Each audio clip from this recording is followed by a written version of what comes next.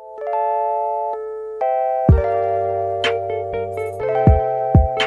hello.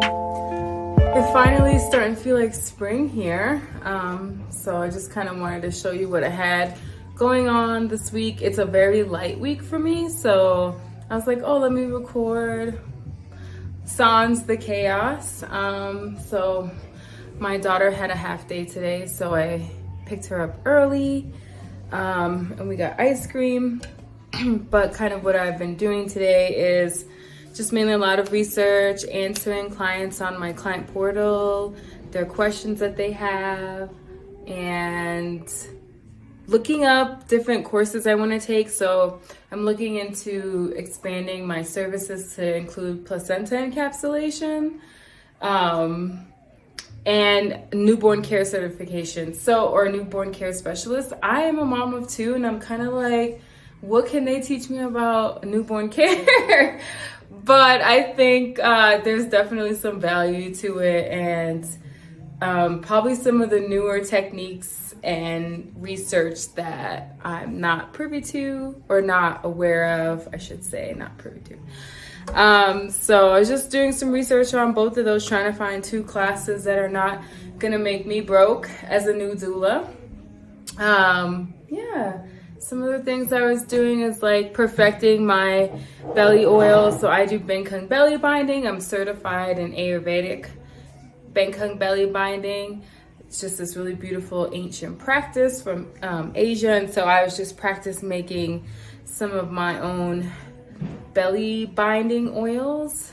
And yeah, so I think the main carrier oils in these are organic sunflower oil and sesame oil is kind of like the main components to it. It's very basic. Yeah. And then the other thing I really, really love, I'm not an herbologist, but I do a lot of research and get a lot of guidance from doulas who do have their training in herbology. And so I'm just sort of making my own concoctions for clients to use for sitz baths, for full body bath, and for foot soaks. I'm really big on all those glamorous things. It's just really important to self-care. Some things I wanted to showcase is like what's in my doula bag. So it depends. I have two. I have a birth bag and a postpartum bag. My postpartum bag is a lot easily more accessible, so I'll show some of the stuff that I have in there. So I really like to help mamas and their families when they want to breastfeed. So I have a couple of these yarn boobs that a really good friend of mine made, and they have different types of nipples on them. Some have inverted nipples, some have elastic nipples, and then the other one has like, if your nipple looks like this after breastfeeding, your baby doesn't have a good latch and you're probably in a lot of pain. So I have like 4 of these, and I love them. They're a really good training tool. The other thing, obviously my Bengkung belly bind. So my doula, who's also my mentor, she makes these, and so I ordered a bunch of these from her. But I've also learned how to make them myself most recently through that Ayurvedic class that I took. So I'm excited to try. If all fails, I'll just stick to my doula because I'm not really good at the sewing machine. I can sew by hand, but not a sewing machine. And you can see like she puts a lot of work into this and making sure the edges are sewn. You can use the Bengkung belly wrap with the frayed edges. That's perfect too. I just like these because when she does it like this and you wash it, it doesn't it won't fray as much. So yeah. Right, so I'm really big on Bengkung belly binding. It's not a waist trainer, it's not a waist snatcher. It's there to provide support and comfort physically and emotionally. I love it. I did it the second time around. I learned about it from my doula. I swear by it, and I provide it to all my clients who are willing and have the patience to wrap themselves every day, because it takes the first couple of tries when you do it, like it can be really uncomfortable or you're trying to figure it out.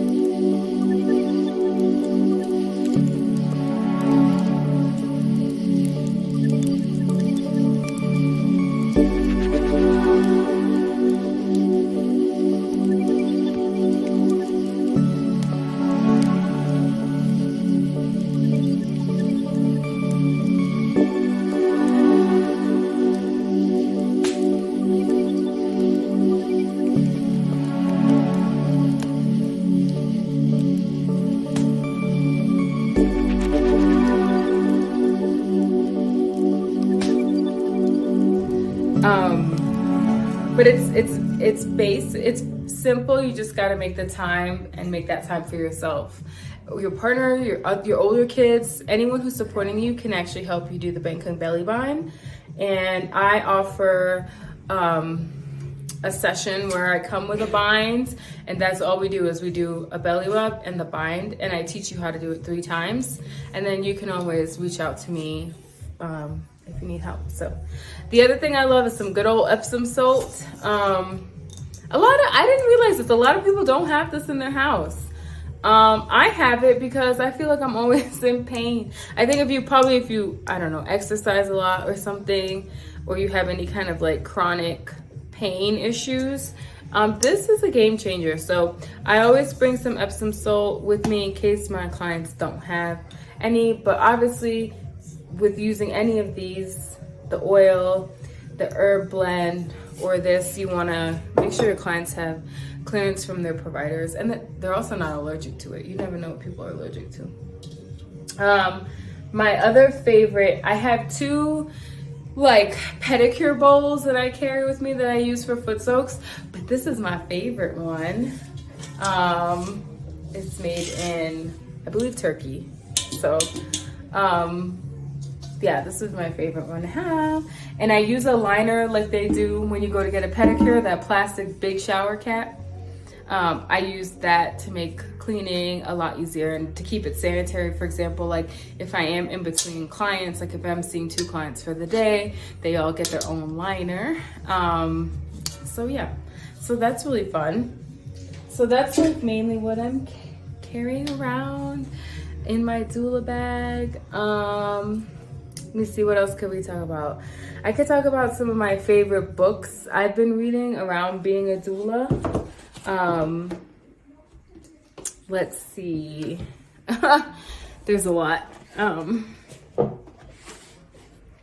So everyone's like, I want to heal. You can't heal if you're not nourishing your body properly. You can't feed your baby and take care of your baby if you're not nourishing your body properly postpartum. So first 40 days, this is a must. Now, you do not have to use these recipes specifically, right? But at least in the beginning of the book, you understand the science and the history behind Ayurvedic postpartum care in terms of nutrition. So lots of hot, wet food. So soups, stews, oatmeals, porridges, easily digestible. I did this really beautiful course with Megan Lyman. Lima? I'm not sure how to say it. She's an amazing doula on the West Coast, and she led this really beautiful course like a year ago. But it really changed my perspective on what you should be eating right after you give birth. And I recommend it to all my clients. I had a client that was like, I want a hamburger. I was like, oh, you should probably have some soup, you know, like just try to make it as easy as possible on your stomach and your digestive tract, because remember, all of that is kind of traumatized from being pregnant. It's like all shoved up here. I'm also a fertility doula, so I've been diving into the other version, or the second part of first 40 days, but awakening fertility, right? So just kind of like, how can we really nourish ourselves, especially on a journey that can be as challenging and upsetting, but rewarding too, depends on how it goes for your fertility. So I'm reading that one.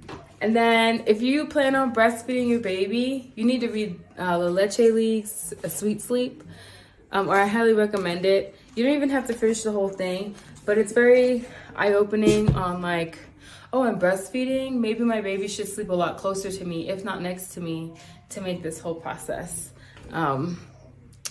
easier and to increase that bond, because breastfeeding is really fundamentally on, you know, establishing that bond. So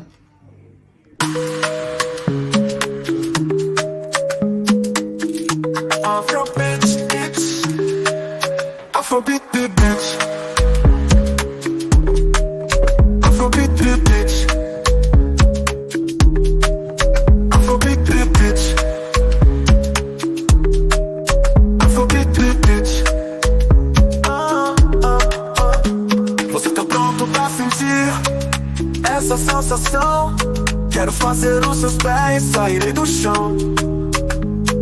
Escuta essa batida, deixa se envolver. A noite é uma criança e só vai dar eu e você. Bem-vindo ao jogo do amor, a festa só começou. Liberte-se pra dançar, chegou a hora de se entregar. Sinta o som, o calor, jogue fora todo. Okay. Alrighty. We are just going to the chiropractor. I really believe in body work wholeheartedly. Massage, physical therapy, chiropractic work, but it's almost like you've got to do all of it together. It all complements each other. One not better than the other. My neighbor. You might have like a preference over the type of body work that's happening, but yeah, I don't know. This thing looks like it's gonna bounce around quite a bit. So oh yep, there it goes. So I will tune in later.